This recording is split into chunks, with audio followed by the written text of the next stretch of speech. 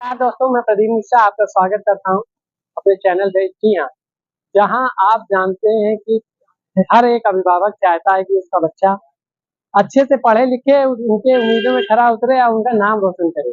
जी, हम बात कर रहे हैं इस समय जो गर्मा-गर्मी बनी है नीट एग्ज़ाम रिज़ल्ट की। जी, नीट एग्ज़ाम रिज़ल्ट जिसमें 23 लाख प्लस बच्चों ने भाग लिया था और उसमें 13 लाख प्लस बच्चे पास हुए। उसके बावजूद 720 में 720 अंक प्राप्त करने वालों की संख्या अब की बार 65 प्लस बताई जा रही है और उसमें बहुत ही बड़ा एक स्कैम निकल के सामने आया है, जहां से बिहार से लेकर गुजरात तक का स्कैम की वीडियो वायरल हो रहे हैं। उसी तरह क्या उन बच्चों पे बीत रही होगी, क्या उन अभिभावकों की बीत रही होगी जो एक अच्छी रैंक लागने के बावजूद भी अच्छे रैंक कॉलेज नहीं प्राप्त कर सके। जी हाँ, आज हम इसी बीच कानपुर के काकादेव में कोचिंग मंडी हब कहे जाने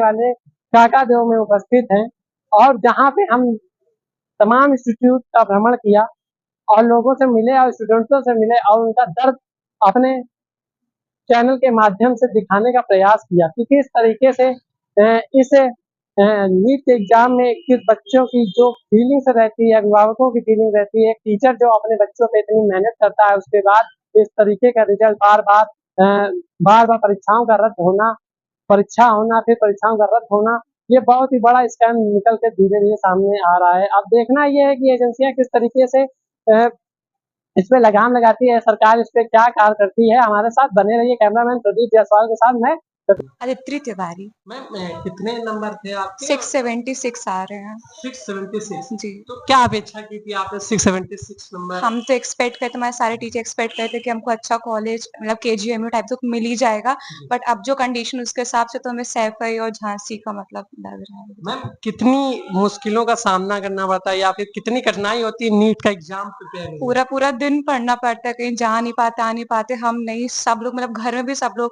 इतनी मेहनत करते हैं, लेकिन इतने मार्क्स लाने के बाद भी कोई गारंटी नहीं है कि हमको कॉलेज अच्छा मिल ही जाएगा। इसमें आप सबसे ज्यादा गलती किसकी मानती हैं?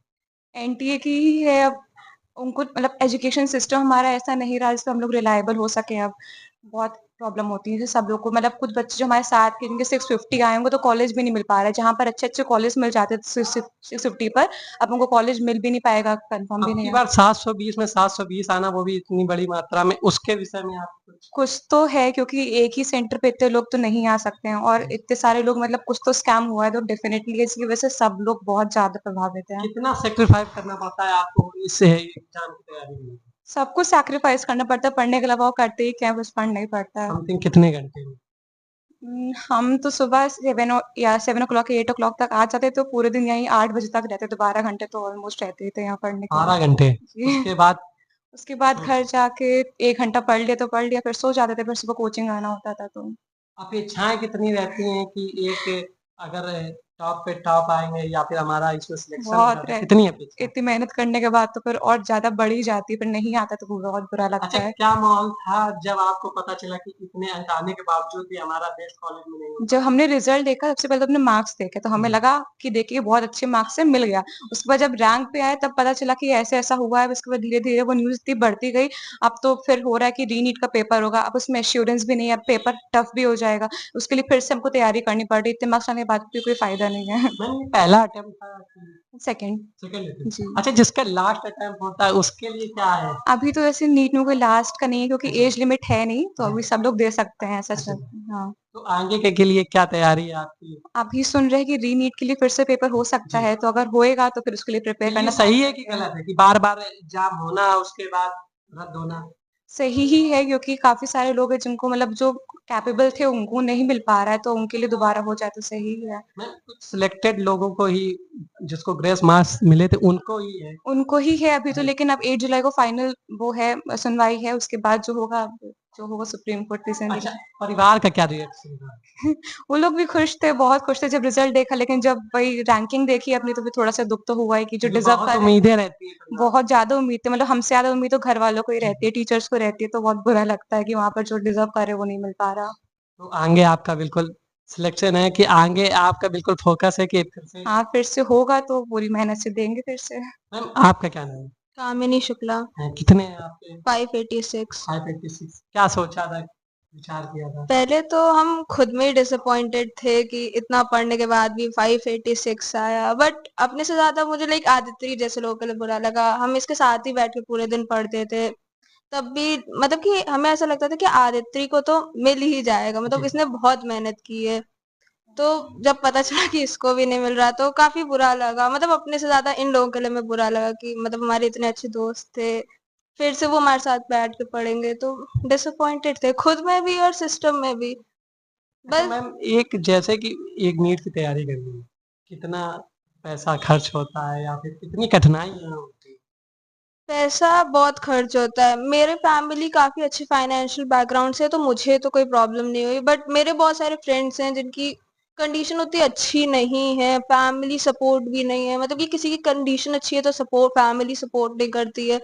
2 ड्रॉप्स के बाद लाइक सबका वो टूट जाता है कि फैमिली का कि अब क्या ही हो पाएगा, तो जी। वो भी नहीं करने देते हैं। किसी का मन होता है तो वो आगे कर नहीं पाता है, कैपेबिलिटी होती है, बट जब सिस्टम ही ऐसे चीट कर दे तो फिर तो और बुरा लगता है। और एक अलग, उस समय जब रिजल्ट आपके हाथ में था तो आपके परिवार का क्या रिएक्शन था? और आप क्या सोच रही थी कि अगर 720 में 720 लाने वाले बंदे का सिलेक्शन नहीं हो पाया, उसके बाद आपके इस तरीके का। मुझे बस इतना फील हुआ था कि ह्यूमन लाइफ की कोई वैल्यू नहीं रह गई है, मतलब कि अगर मेडिकल जैसे प्रोफेशन में भी चीटिंग होगी तो फिर एजुकेशन सिस्टम से ज्यादा ह्यूमन लाइफ पे डाउट होने लगता है कि आगे चल के यही लोग डॉक्टर बनेंगे। शायद मेरी मम्मी कल बीमार हो जाए, मेरे पापा ही बीमार हो जाएं, तो फिर इन लोगों के हाथ में हम अपनी लाइफ कैसे दे सकते हैं। जैसा कि सुप्रीम कोर्ट ने 0.01% भी अगर गलती आती है तो बहुत बड़ा एक्शन के लिए, उसके विषय में आता है कि ये सही है कि नहीं? ये तो बहुत सही है, मतलब कि री नीट वैसे होना नहीं चाहिए, मेरे मुताबिक री एवोल्यूशन होना चाहिए, क्योंकि नीट की प्रिपरेशन से ज्यादा नीट का डे डिपेंड करता है कि उस दिन पे एक बच्चे की हालात कैसे। जिस बच्चे के शायद 680 आए थे पहले, शायद उसका दिन वो अच्छा ना हो और उसके 550 आ जाए, जी। तो वो डिजर्विंग था बट उसको नहीं मिला। तो इसीलिए मेरे को ऐसा लग रहा था कि री एवोल्यूशन ज्यादा होना चाहिए री नीट से, बट अब री नीट भी हो जाए तो अच्छा ही है। अच्छा, और बच्चों के लिए भी आप क्या कहना चाहेंगे कि जिस तरीके से बच्चे उम्मीद लगाए रहते हैं कि हम टॉप करेंगे या फिर अच्छा सिलेक्शन करेंगे, उसके बाद इस तरीके का परिणाम आता है, उनके लिए क्या कहना चाहेंगे? क्योंकि एक बच्चा टूट जाता है।